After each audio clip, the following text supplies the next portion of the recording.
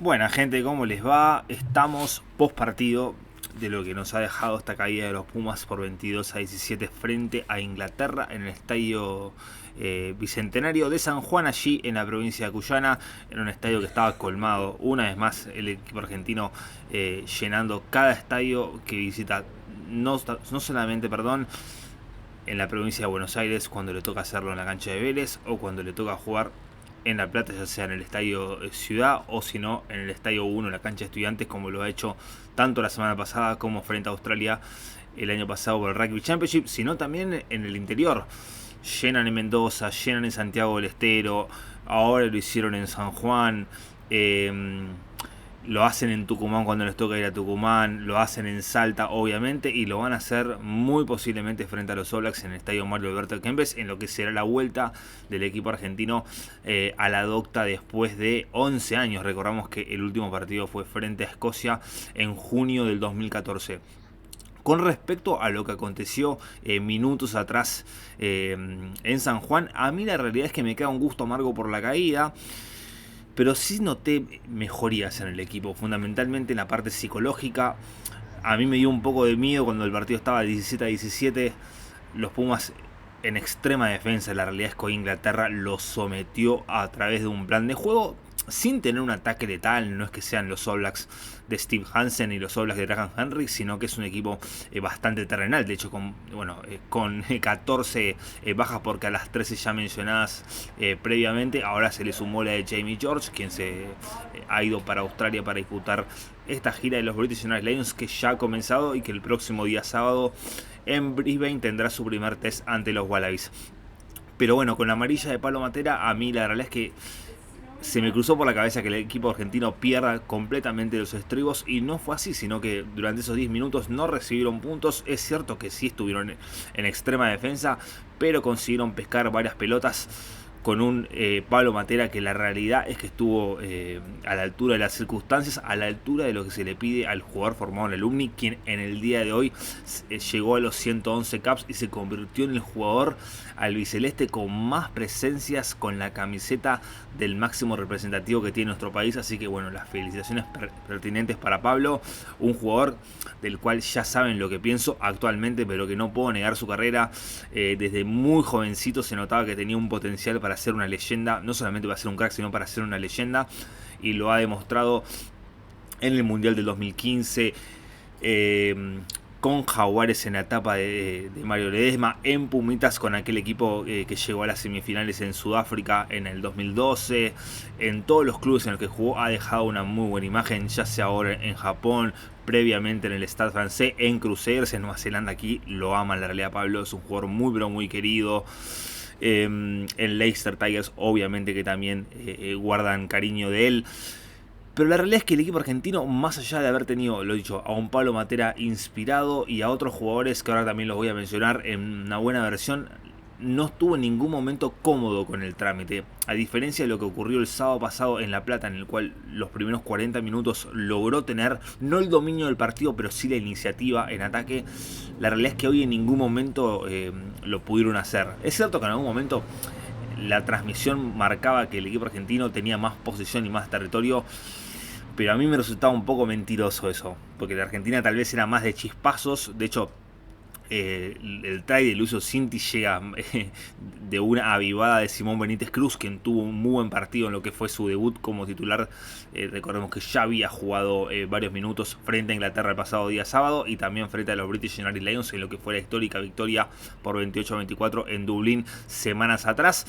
Lo dicho, la avivada de Simón Benítez Cruz para la llegada de Lucio Cinti. Y bueno, y en la última jugada del primer tiempo, try de Ignacio Mendy tras un kick de Santiago Carreras consumado ya a los 40 minutos. Parecía que Argentina se iba a ir perdiendo 14-10 al entretiempo. No fue así.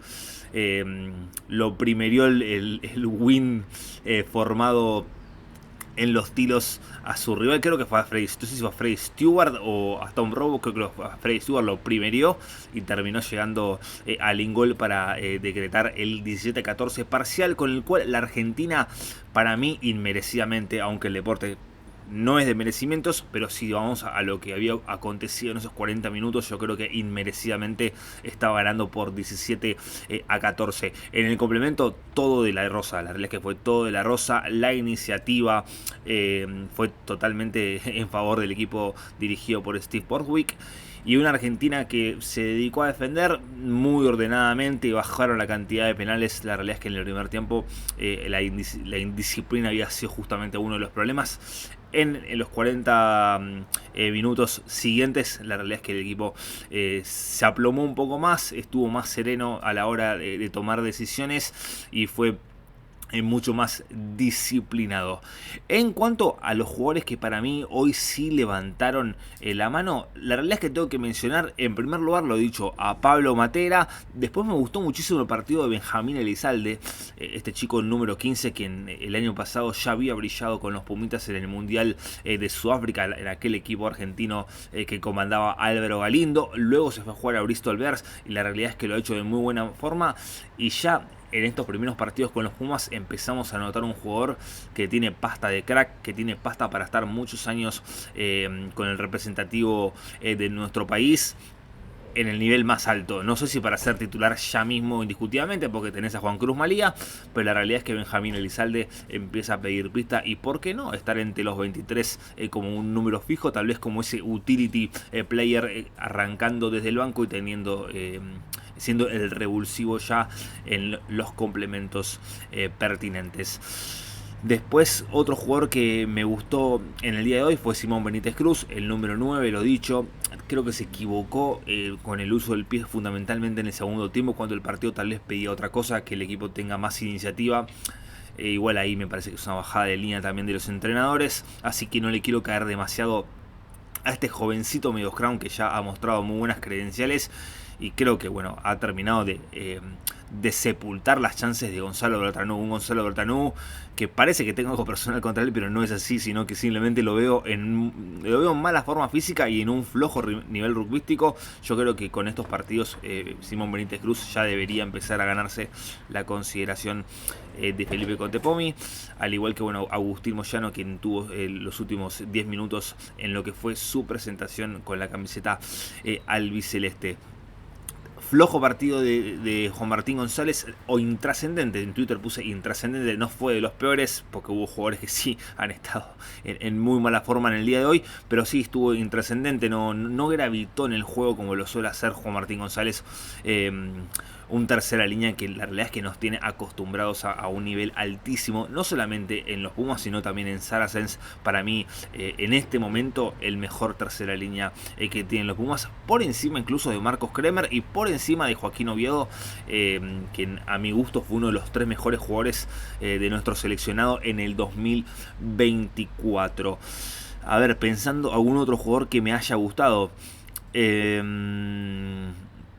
Bueno, Ignacio Mendy, lo he dicho, me pareció un buen partido de Ignacio Mendy. Algunos me dicen que no tanto, que en el primer try, en la conquista que hace Seb Atkinson en el amanecer de la contienda, fue responsabilidad de Mendy. Es cierto, fue responsabilidad de Mendy, así que no hay que quitarle peso justamente a lo que fue el primer try de la visita. Y después también me quiero quedar con Matías Tute Moroni, un jugador que tal vez no es el mejor técnicamente, no es el mejor físicamente, pero siempre da el máximo, es bueno en ataque, es bueno en defensa y siempre te juega 7-8 puntos. Y hoy fue eso, 7-8 puntos, con buenos tackles cuando había que poner buenos tackles, ganando metros cuando había que ganar metros.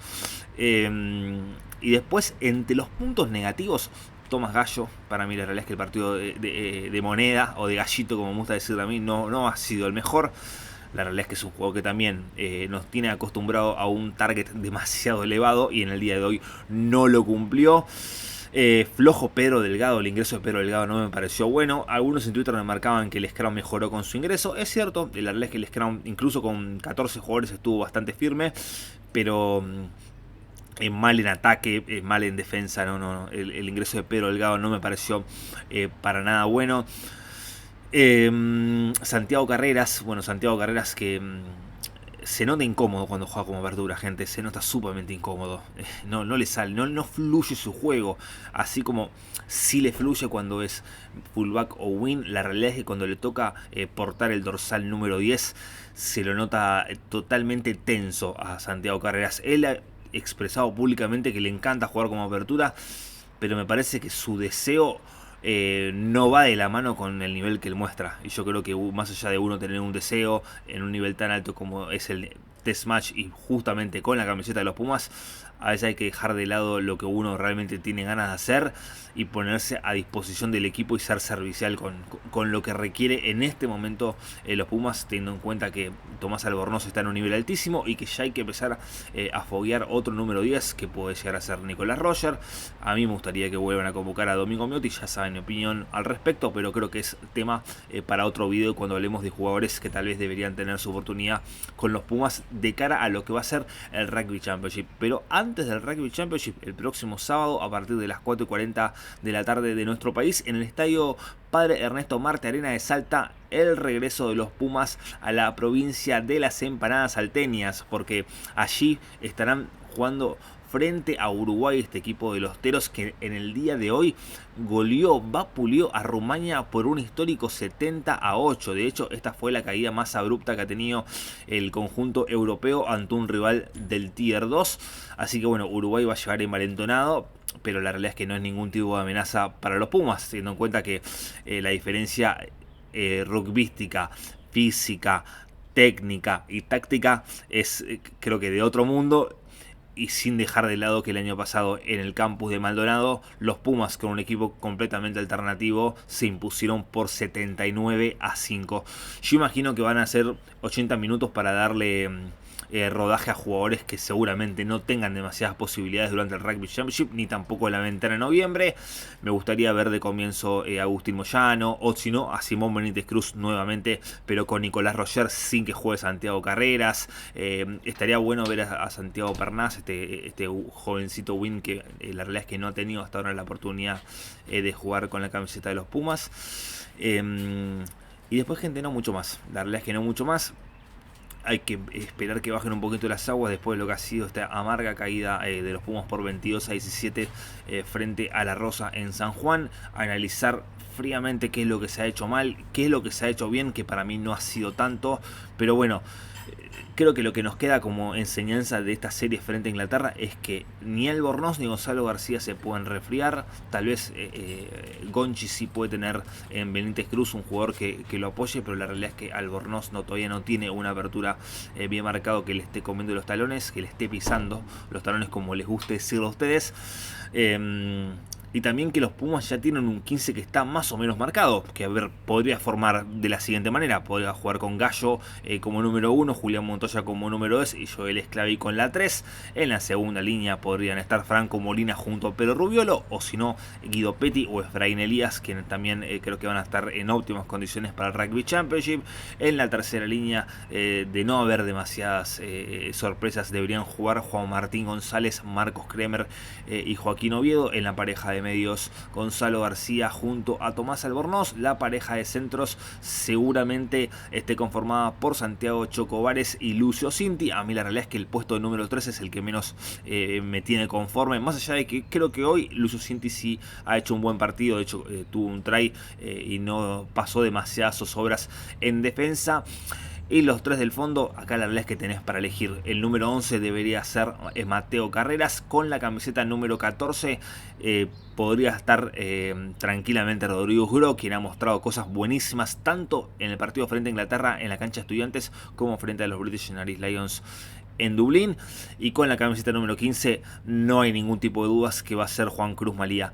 Después en el banco tenés un montón de alternativas. Podría ser Ignacio Coco Ruiz junto a Bautista Bernasconi, el hooker suplente. El pilar izquierdo con la número 17 podría estar Maico Vivas. Podrían darle oportunidades a otros jugadores. A mí la realidad es que no me convence demasiado que esté Maico, teniendo en cuenta su flojo presente, más allá de su muy buena defensa.